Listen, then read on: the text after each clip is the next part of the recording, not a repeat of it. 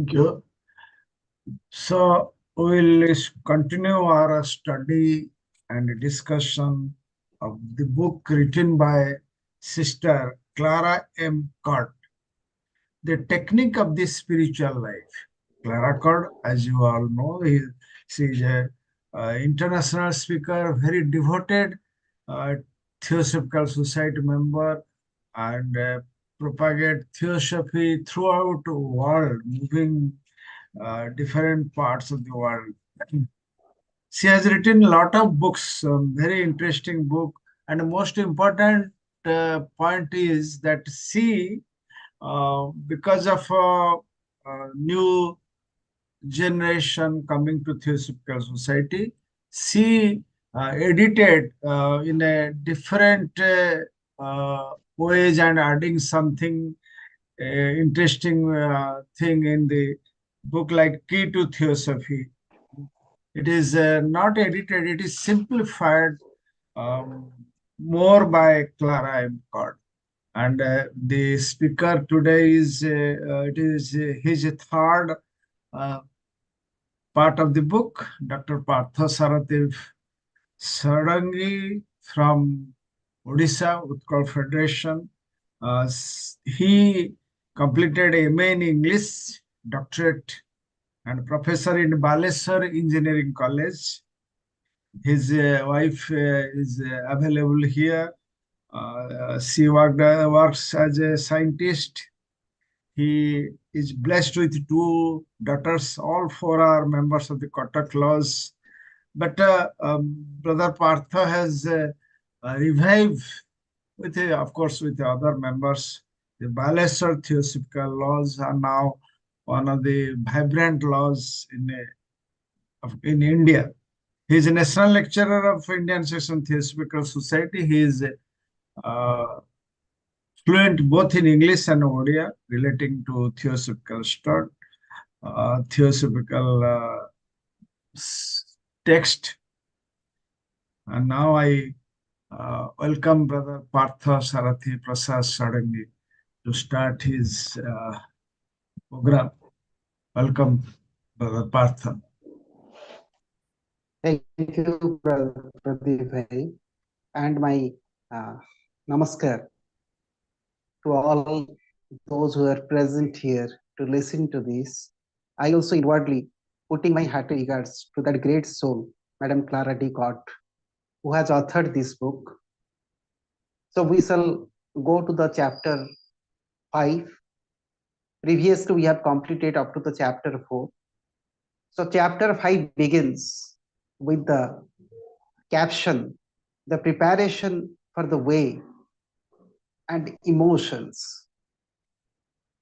So first things, what we have to remember is that constantly the feelings, the emotions which are inundating us, which are vibrating us, which are thrilling us, we are not actually that.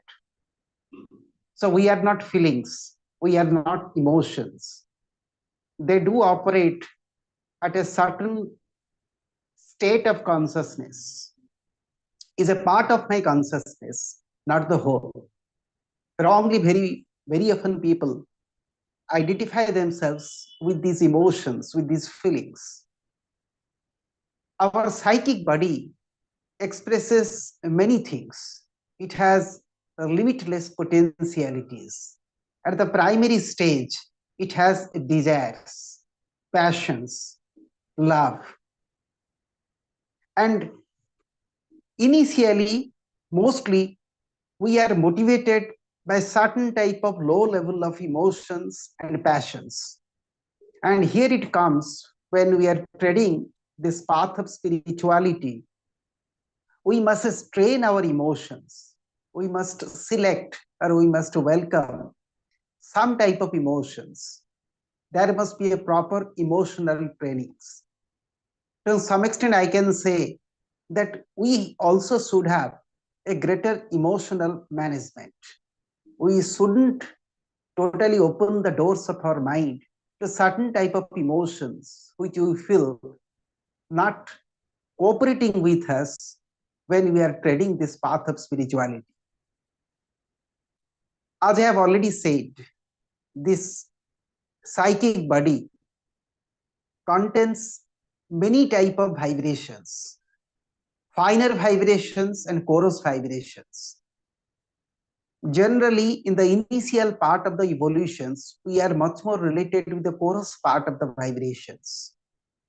And no need to say, as we have discussed earlier, our physical body mostly responds to the low level of vibrations. It is a hotbed for many emotional feelings, for many passions, for many type of thrills, and it is motivated by personal outlooks and desires. If you look deep into our emotions, we can find all our emotions are self-created. And how we create it? The way we have the desires. And how the desire come? The way we have the outlook of life. We have different outlook of life. So the way we have the philosophy of life, our own philosophy, the way we approach, and we have the approach and attitude to the life, accordingly also we have the desires. In the same situation, in the same circumstances, people may have different emotions. A particular symbol may create within me a divine vibrations, whereas in that symbol for another person may not have any meanings. So we must deeply study ourselves, that what type of desires I am having and what type of outlook also I am having. Low desires and passions, they have chorus particles, they are chorus vibrations, and they tend to go downwards. If I see my physical body also is a meeting point of earth and heaven. The part which is below the west, we can say it is the lower part, it is the hell. The part which is above the west, we can say it is the higher part, it is the heaven. Accordingly also, the type of vibrations we generate in our psychic body, that also responds to my different persons of the body. The chorus vibrations has a tendency to go downwards. It gives us emotional thrill. Certain type of animal instinct also attached to that. But if you see the higher emotions, it responds to the higher parts of our physical body. Listening to certain type of religious talks, certain type of religious poetry, certain type of devotional songs, they do touch our heart too much. It gives us a different type of emotional coolness. It refreshes our body, refreshes our memory. And no need to say that higher and higher spiritual aspirations, they tend to go upward. At times they hover just above my head, because the higher and higher spiritual aspirations do also have link with the different type of chakras that also I am having.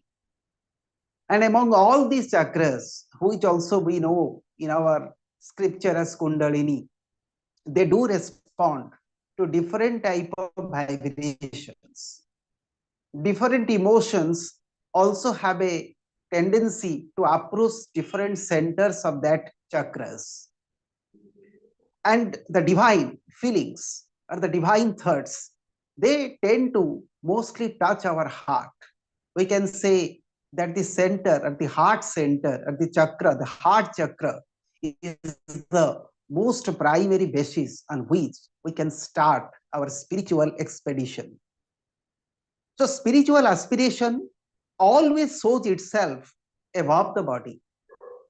As we know in our Kundalini, the highest spiritual aspirations or the highest spiritual fulfillment or perfection, when the yogi reach at the Sahasra level, he becomes, his consciousness becomes the universal consciousness. He becomes completely mingled with the great divine soul. At that time, duality ends. And we can say that also has a corresponding effect on our body. Just above the head, it represents 1000 petal, Sahasra, that also we say. So therefore, first of all, when we start this spiritual journey, we must train the emotions, train our passions, must have certain type of discipline over our thoughts. We may not have the ability to completely delete all the thoughts from the memory. It may not be possible on our part, the initial stage, but we must have the ability, what type of emotion I also should welcome. Similarly, also, when I start my life, it is the most important part of the life is the early part. It is in the early part I can develop certain type of good habits. I can develop certain type of good tendencies. Therefore, the author has said that children also should be given equal trainings by the experts or by the spiritually advanced people, how they should exhibit what type of emotions in their life in the beginning of their evolution or in the beginning of their life's journey. Mostly we have seen the children are little bit greedy. They are selfish. They become angry when we take away from them something which they love much. And in many times they are inconsiderate. It's because these are their natural tendencies from their previous birth. Rather, here we can find that if you want to change their life, we want to grow in them some seeds of spirituality. So they should be given a proper advice or they should be given some practical training that how in the early part of the life they should have some positive emotions, like that how they can give the things which they love so much to others, how they can appreciate others, how they can love others, how they can draw a beautiful painting, how they can love animals, how they can appreciate the beauties of the life, how they should be given more delicate pictures through which their mental image can really vibrate certain type of good and spiritual thought. So children should be given the training of proper emotional management right from the beginning of their life. As we know that desires are very strong. We all know that. At times it is not possible on our part to eliminate the desires also. Because desires cannot be eliminated. We all try to satisfy it. So there is a natural urge within us for the satisfaction of the desires. At times it becomes uncontrollable. It goes beyond our hand just to control them. Here the voice of silence says that lust can never be killed out of gratification or satisfied. It means if I keep on satisfying my desires, if I keep on satisfying all my instinctual hungers, all my instinctive tendencies, I cannot overcome them. So by feeding the lower desires, if I feel that if they can be fed properly, they will go away, it is not possible. Rather, constantly giving them some amount of satisfaction makes them much more stronger. So it can only be conquered, such type of desires can only be conquered by willpower. We should have proper willpower. The willpower means the spiritual power, the power that is inherent within us. So we must employ our willpower to say no to certain type of emotions and not to visit it again and again when we do not want them, we also should have ability to restrict them not to visit our mind. Passions are naturally strong, and the best way to deal with passions is not to think of them, not to fight with them. If you fight with the passions which you are having, the passions get stronger. So we shouldn't fight with our passions. Also, we shouldn't constantly think of our passions. The best way is to ignore them. It is like a guest who is coming to your house repeatedly, but one day we have decided not to smile towards the guest, not to give him a cup of tea, even not to look at him. So a time will come, the guest won't visit. The same thing also there. The best way we can deal with our passions, deal with our emotions, is to ignore them as far as practicable on our part. If you keep on ignoring them, they will not come, they will not visit, they will not disturb. So rather, attention should be focused on some higher ideas. So the best way to deal with the passions or the lower emotion is to switch our attention. And where we can switch over our attention? We can switch over our attention to certain type of things which are based on love, which is based on truth, which is based on beauty, which is based on compassion. So when we come in contact with certain type of good people, we can see that how they have maintained truthfulness in their life, how they are honest. When we come in contact with certain type of spiritual organizations, we do realize that how compassion is necessary, how I must have selfless love. So constantly we should try to develop within us such type of habits. And when such type of habits they start developing, the passions and emotion, lower emotions, they will stop coming. As also it has been said in this voice of silence, that the self of matter and the self of spirit can never meet. They cannot meet with each other. I can simplify it. Darkness and light, they cannot meet. Very often it is a very beautiful quotation of the Kabir has given. जब हरि था तो मैं नहीं था, जब मैं हूं तो हरि नहीं था.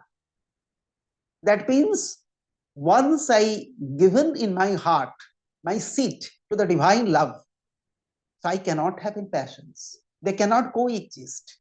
In the presence of light, darkness has no power to exist there. So the matter and spirit, they cannot coexist.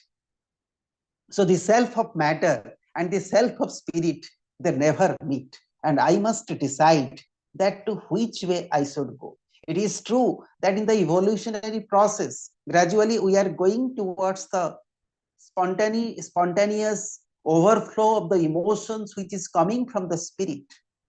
We are in day-to-day life, or we are in the various incarnations, we are responding toward the spirit.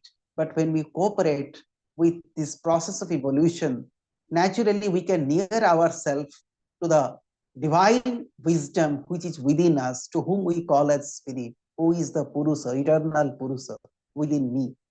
And when I start giving attention to that, so any deficiency which is within me, in due course of time, they also will go away. So replacement is a better idea rather than extinction. So I must try to replace my good, my bad with certain type of good. So the presence of corresponding matter in the psychic bodies is the reason for which I have certain type of emotions. So when we have certain type of emotions, at that time we should realize that my psychic body has certain type of matters which is related to certain type of vibrations. And it is by invoking higher emotions, by invoking the higher and higher vibrations which naturally the higher emotions contains, we are constantly rebuilding our psychic life or our psychic body. And when the psychic body is more refined, when it becomes more delicate, when it becomes more and more cultured, it starts looking to upwards. It cannot receive vibration to the downwards. Lower emotions will go away. At the primary level, desires are the motivating factors. It is a motivating force. We all know that in the initial journey of the life, we are endowed with certain type of desires. If you have the desires, it gives us certain type of stamina. It gives us certain type of courage. Very often, most of the wars are fought for the sake of desires. It also creates an ego factor. We can have it, but they should be impersonal. We cannot renounce the desires. If we start renouncing the desires, definitely the strength within us will come down. But we should transform our desires. And where we should transform, as we have already said, that we must have desire for wisdom, which is pragya. We must have desire for love. We must have desire for seeking Godhood, which is within us. So when we have such type of desire, we are in the path of self-culture. The lower desires start disappearing.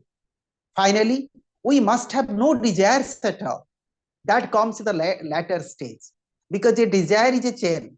A chain may be of iron, may be of gold, but it is also a chain. So when we have these higher desires, at a particular time come, spontaneously the desirelessness grows within us. The vairagya grows within us. And we have, in the final stage of the culmination of our spiritual powers, we don't have any desires. We don't have any expectations. And Patanjali has said, when a human has no desire, has no expectation, at that time, everything is revealed before him. There is nothing to learn. The whole universe reveals its secrets to him at that point when he becomes 100% desireless, when he has no expectations. So the habit of constantly thinking that I am the body do have a negative effect on my higher bodies also. I have to understand in the, or I have to admit intellectually at a certain stage that I am not this body. This body is a vehicle which I am using. It is a medium. I am not this body. But some people do think that 100% they are the body. So when we think that we are the body, it affects my higher bodies, my psychic body. My psychic body is fully spiritual. And we know anything which is spiritual, that is affected by our willpower. And when I attach myself to this physical body, thinking that without it I cannot exist, it shrinks my spiritual bodies, or it shrinks my psychic bodies. So by constantly concentrating on the higher thoughts and attending some type of higher level of vibrations and creating and rebuilding my psychic body with higher frequencies, I can give a definite touch. I can express certain type of delicate colors. I can constantly reshape my psychic body, and my psychic body becomes more shining, more beautiful. Gradually, it starts showing the secret unseen colors which in this earth we cannot find. And when these colors are reflected on the psychic body, man becomes spiritual. And when he becomes spiritual, it also have a good effect on the physical body. My psychic body, when grows and shines, it shows up the rare colors of spirituality. It also cools my physical body. My physical body also shines. All the diseases goes away. My etheric double becomes much more energetic. The prana shakti start working very beautifully. That is the reason when we visit a saint, when we visit a hermit, or when we visit an honest person, we can see there is certain type of brilliance in their physical body. They are in a state of eternal youth. And we also should try constantly to invoke higher emotions so that our psychic body also can be effectively very beautiful. True love is not physical. That also we should understand.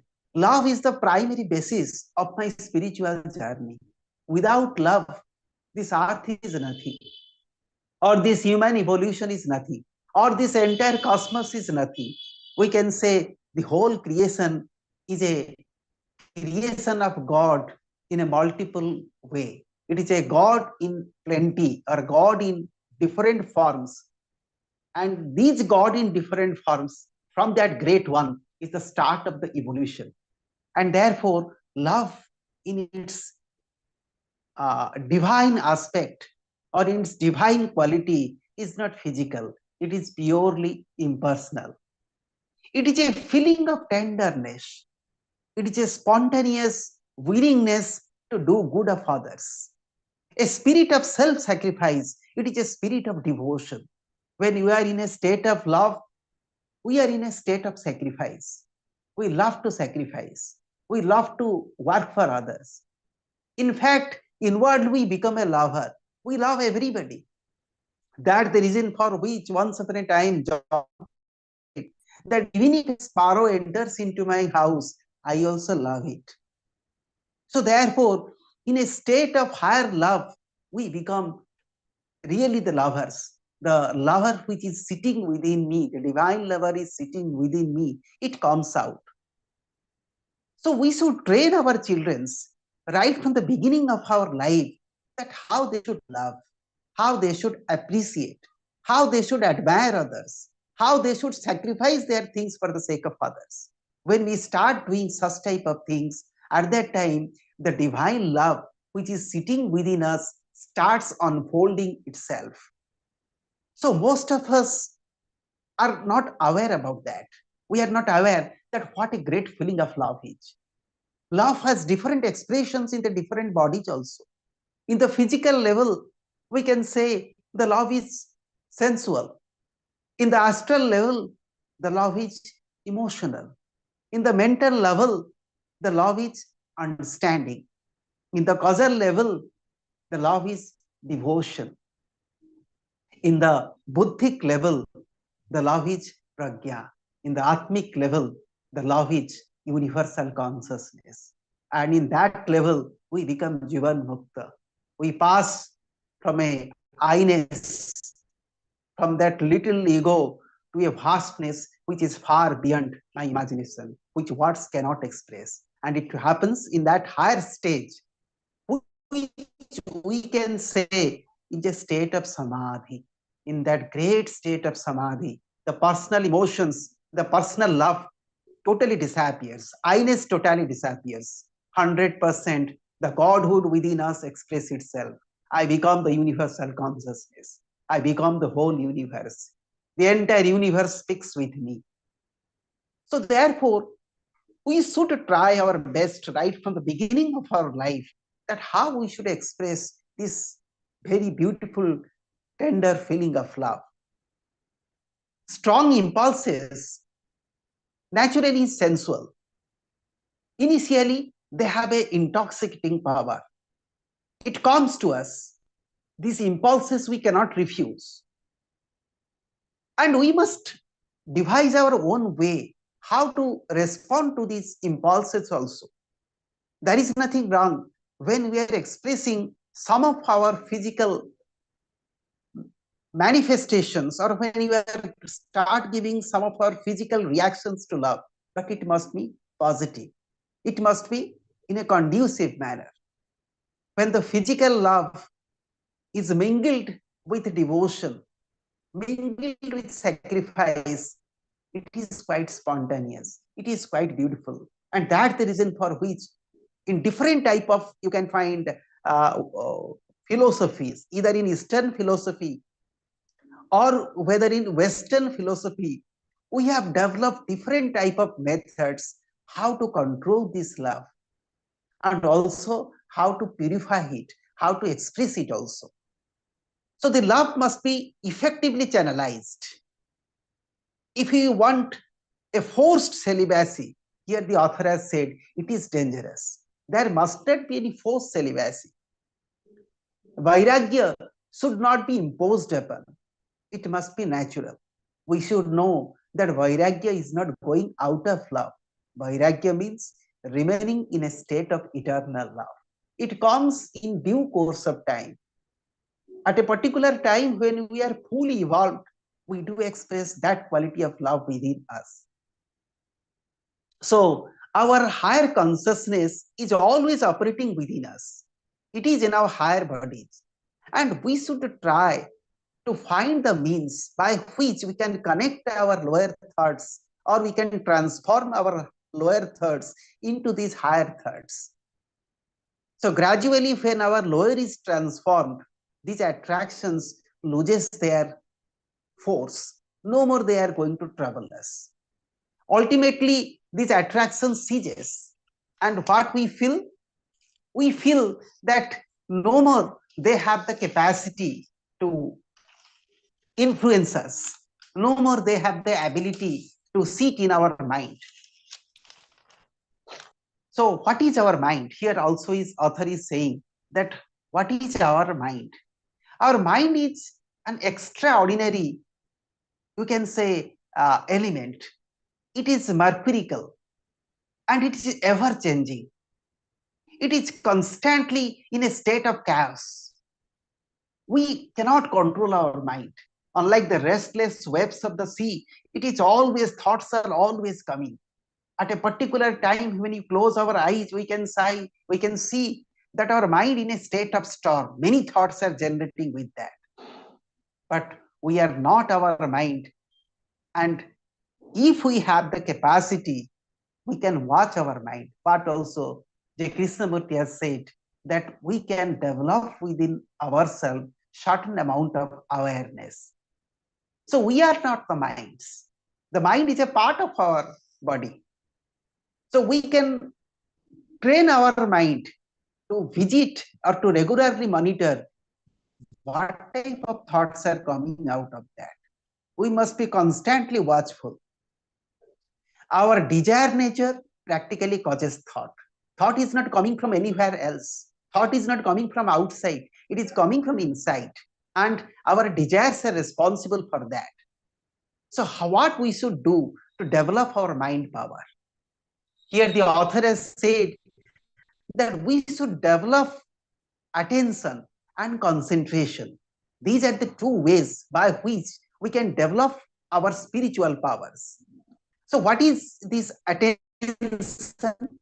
Attention means getting mastery over my mind so that I can constantly watch and I can constantly monitor to what type of thought I should give an entrance to my mind, and to what type of thoughts I should boycott it, I should delete that. So also it had been said in the At the Feet of Master that whosoever thy hand find to do it with thy might itself.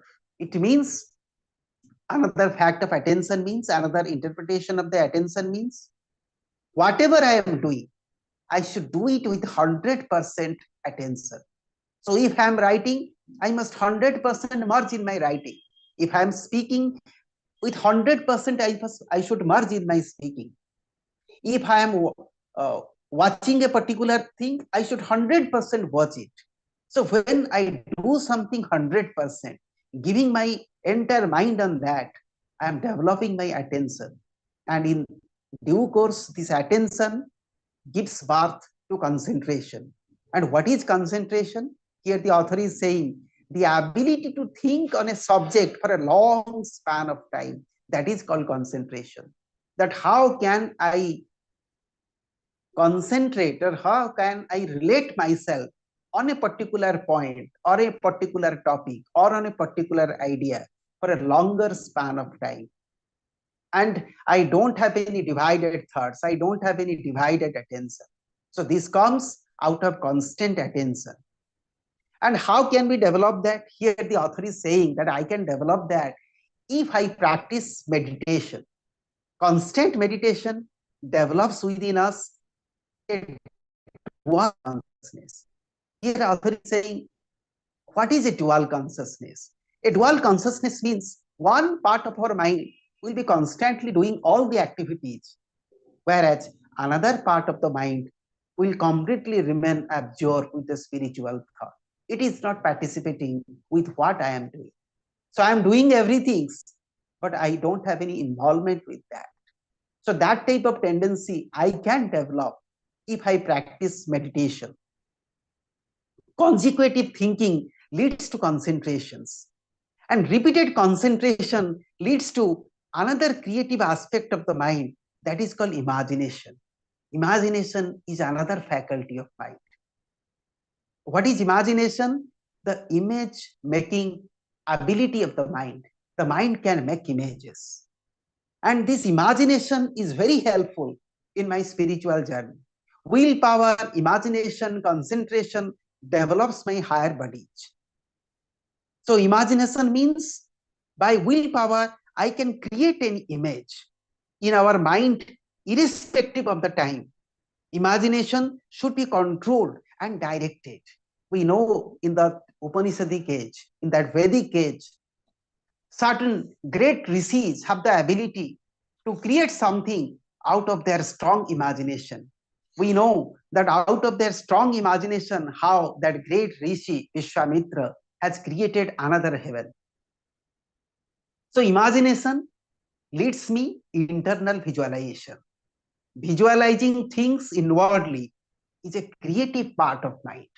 I can visualize truth initially through this part of imagination also. It is one of the creative power of the mind. So reasoning, understanding, intuition, they all develop when I am developing concentration, when I am developing imagination, when I am developing attention. But it is slow and it requires regular practice. I cannot expect that the spiritual journey will be an easy one. After some days or after some month or after some years, I can get result. No, it requires continuous practice. At times, this practice may be from incarnation to incarnation. So spiritual study is not an effort of getting knowledge. Here the author is saying, what is knowledge? Knowledge is means gathering some informations, amassing certain type of ideas. So if I believe that only out of book reading I can develop within me the spiritual power, it is not possible. So I can have the knowledge, I can have the information, but I may not have the realizations. So what is actually required for spiritual realization? Which we have already discussed, it is the love. Heart center is the first you can find pedestal for making my spiritual journey. A pure heart is more necessary rather than a knowledgeable mind. So constant reading is good. Author is saying not it is bad. Constant reading provokes powerful thoughts. It gives within us a new strength. It also creates some powerful impulse. It develops within us new correlated that is spirituality. At the initial evolutionary journey of our soul, we cannot know about the spirituality without book reading. So book reading helps us to generate new ideas. We must also have the ability to scan the essential and leave the unnecessary from a book. So when we are reading a book, we should be like a sun. As the sun rays falling everywhere and takes the good, leaves the bad, also we must have that ability that whatever we are reading, we should read it with 100% attention, but we should grasp the gist and leave that. Here the author is quoting one of the famous prose writer of English, that is called Sir Bacon. Bacon has given a beautiful comment regarding this reading, or regarding this reading and writing. He has said, reading makes a full man, speaking makes a ready man, but writing makes an exact man. So we should try to be an exact man. Not only books we should also study, but also we should study life itself. One of the greatest book the nature has given is the life itself. all our respective life which we are leading is practically a great book. It gives us many meanings. The way we get, the way we suffer in life, sorrows and sufferings which come, they also have great lessons. So life also is a great book. We must have the study to read our life properly, and also should understand that what life is trying to teach us. If I am a willing student, I can score a lot. And if I score a lot inwardly, that is going to fashion my spiritual journey. Events, circumstances, situations, times constantly changing. Nothing in this earth is fixed. Everything is constantly changing. And it is constantly changing everything. What repeatedly I am learning from out of that. So the study of book and the study of life also is essential. We should look towards the hearts of the people always. No one is our practically enemy. No one is our practically friend. We are living in a world which is constantly changing, which is not fixed. We created our own enemy. If there is any enemy is there, it is we ourselves are our enemy. If there is a friend is there, we ourselves is our friend. My higher mind is my friend. My low mind is my enemy. So people actually cannot be segregated. They cannot be defined as enemies or as friends. Naturally, we should see and accept this ever-changing flow of life. Even if the sorrow is coming, we also should understand that what it is so, what it is trying to develop within me, what it is trying to create within me. So if I have any neglected part, if I have something which is not fully developed, sorrow is trying to develop that part within me. I should cooperate with that. So we should develop within us the power of intelligence to respond to different aspects of the life, to different force of the life, and how they are giving me different type of perceptions. Here also the author has said that the great golden stairs, which very often we also do recite in our prayers also. I don't want to interpret these golden stairs because these words are so beautiful. These sentences are so beautiful. Just I would like to read it out. So here the author has said that what we should, how we should develop our spiritual journey. Here he has said a clean life, an open mind, a pure heart, a unveiled spiritual perception, a brotherliness for all, a readiness to give and receive instructions and advice, a courageous endurance of personal injustice, a brave declaration of the principles, a valiant defense of those who are unjustly attacked, and a constant eye to the ideal of human progression and perfection which the sacred science depicts are the golden stairs, the steps which the learner may climb to the temple of divine wisdom. Look at these words. I think if one sentence of these golden stairs we shall practically implement in our life will be much more and greatly successful. One thing I just want to just comment upon that. That is called that how we can tolerate our personal injustice. Most difficult. If certain things happens to me which I don't want, then I automatically react. But I shouldn't. Here the author say that I must have that courageous endurance of the personal injustice. Means what? I must not be selfish. If something happening to me, I have to accept that. I shouldn't complain that.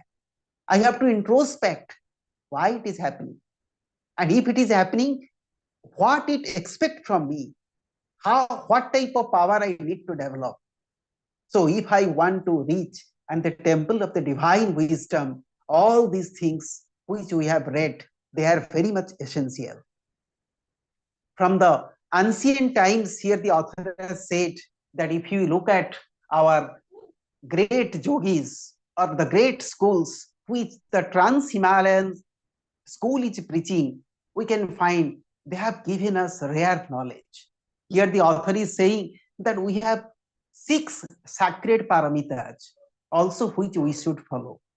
And these paramitas are charity and love. The most important thing is life, to give others, and to have charity. And also, charity includes love.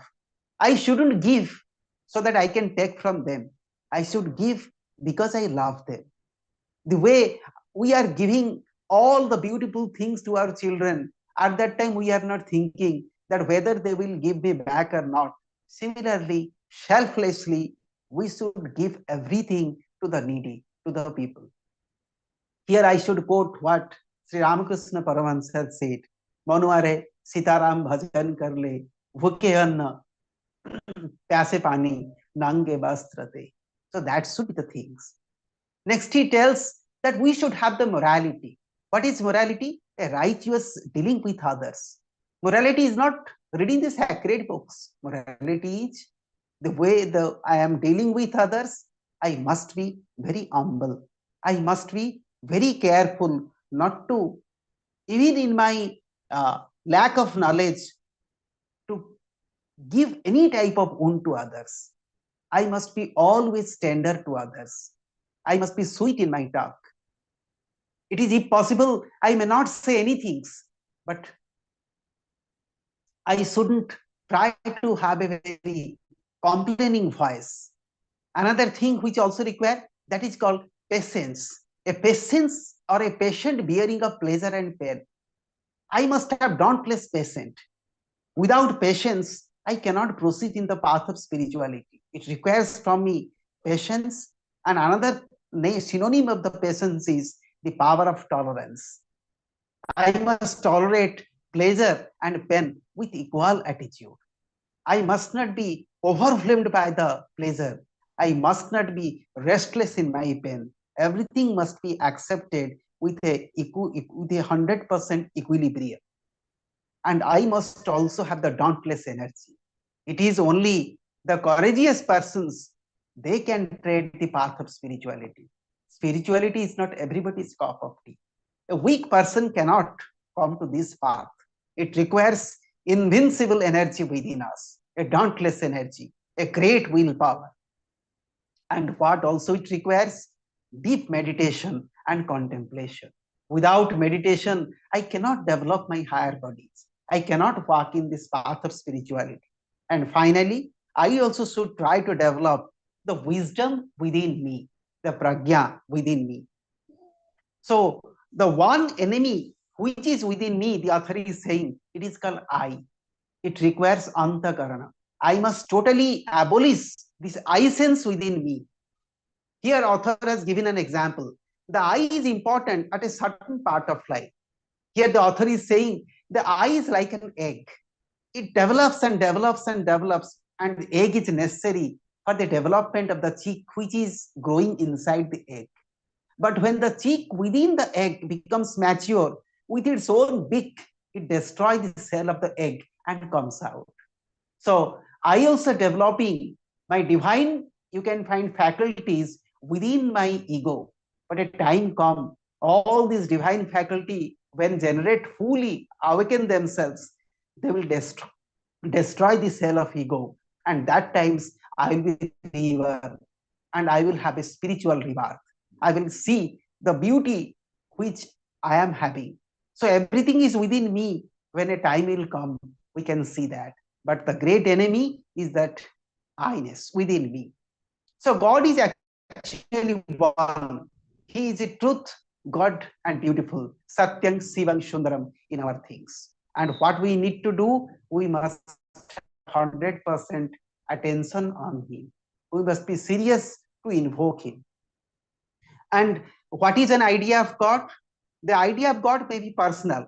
The idea of God may be impersonal. Everything has its respective advantage and disadvantages. But the idea of the idea of God must be based on the higher aspects of life. I shouldn't fight for my own God or his God. I should try to discover the Godhood which is present within me. And how this can happen? This can happen when I am 100% decided that in which way I will go. I should not be falling here and there. I cannot serve two masters at a time. I must have select my master, and when I have selected him, I must be 100% devoted to tread this path of spirituality. In due course of the time, the Godhood will be revealed within me. Thank you, brothers and sisters. I remain here. Namaskar.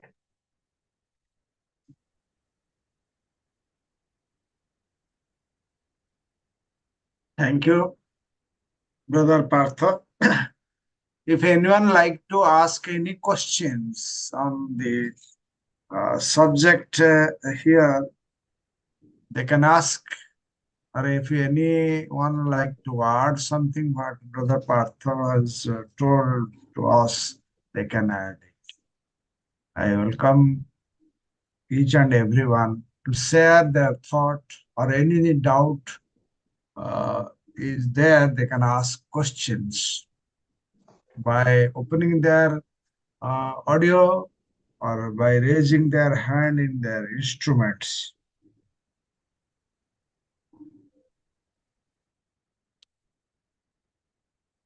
Hello sir, नमस्कार। Namaskar, sir, from sir Ujjain. वो हाँ, tell. Sir वो egg का जो simile दिया है ego से, वो थोड़ा हाँ, समझने चाहिए। Egg and ego. egg and ego. The simile given by you, quotation right sir. quoting from egg and ego. Right Anything? Sir. Yes.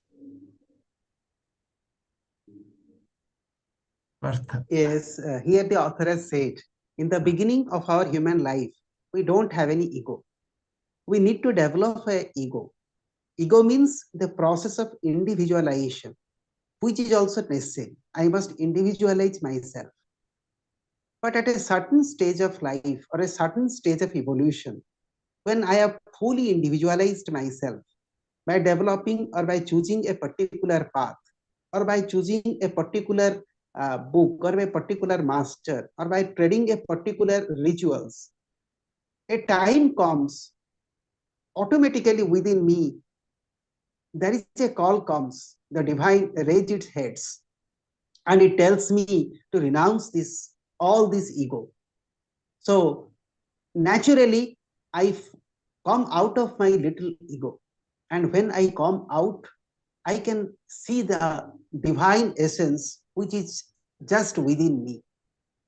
So ego at a certain time is necessary because it is a part of my individualization. But when it matures itself, at that time, spontaneously, all its cells is destroyed. So that example also is giving like egg. Without an egg, the chick cannot grow. The chick grows within this egg. Egg is a protective layer within which the chick is growing. But a time comes when the chick within the cell is fully developed. At that time, the chick within its own beak destroys the cell and comes out of that. So metaphorically, we can say at a particular moment, the ego which we have already created will break it. And how will we break it? When the spiritual or divine wisdom will come to us in our respective journey of life. That I am trying to say. Thank you. Okay, thank you sir. Very Oh, nicely explain thing. yes, yes, yes. Yes, anyone like to add or any questions?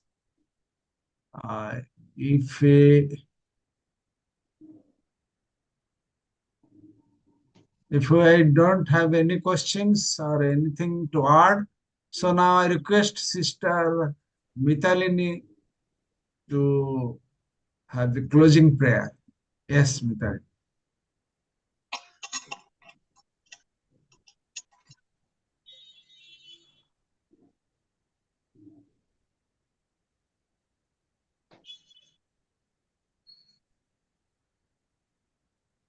Perhaps says. So, Madhavji, can you please? Yes. Can you close Yes, there sir. with the closing prayer? Yes. Yes, sir. Hmm. ॐ असतो मा सद्गमय तमसो मा ज्योतिर्गमय मृत्योर्माम् अमृतङ्गमय ॐ सर्वे भवन्तु सुखिनः सर्वे सन्तु निरामया सर्वे भद्राणि पश्यन्तु मा कश्चित् दुःखभाग् भवेत् ॐ शान्ति शान्ति शान्ति Thank you. Now we are going to close with an announcement on 31st of this month, where as we have an international convention going on. So there will be no class. So next class, Brother Partha, of this book, part 4, will be on 7th January at 6 p.m. Thank you for watching this Zoom online program of the Indian section. Thank you very much.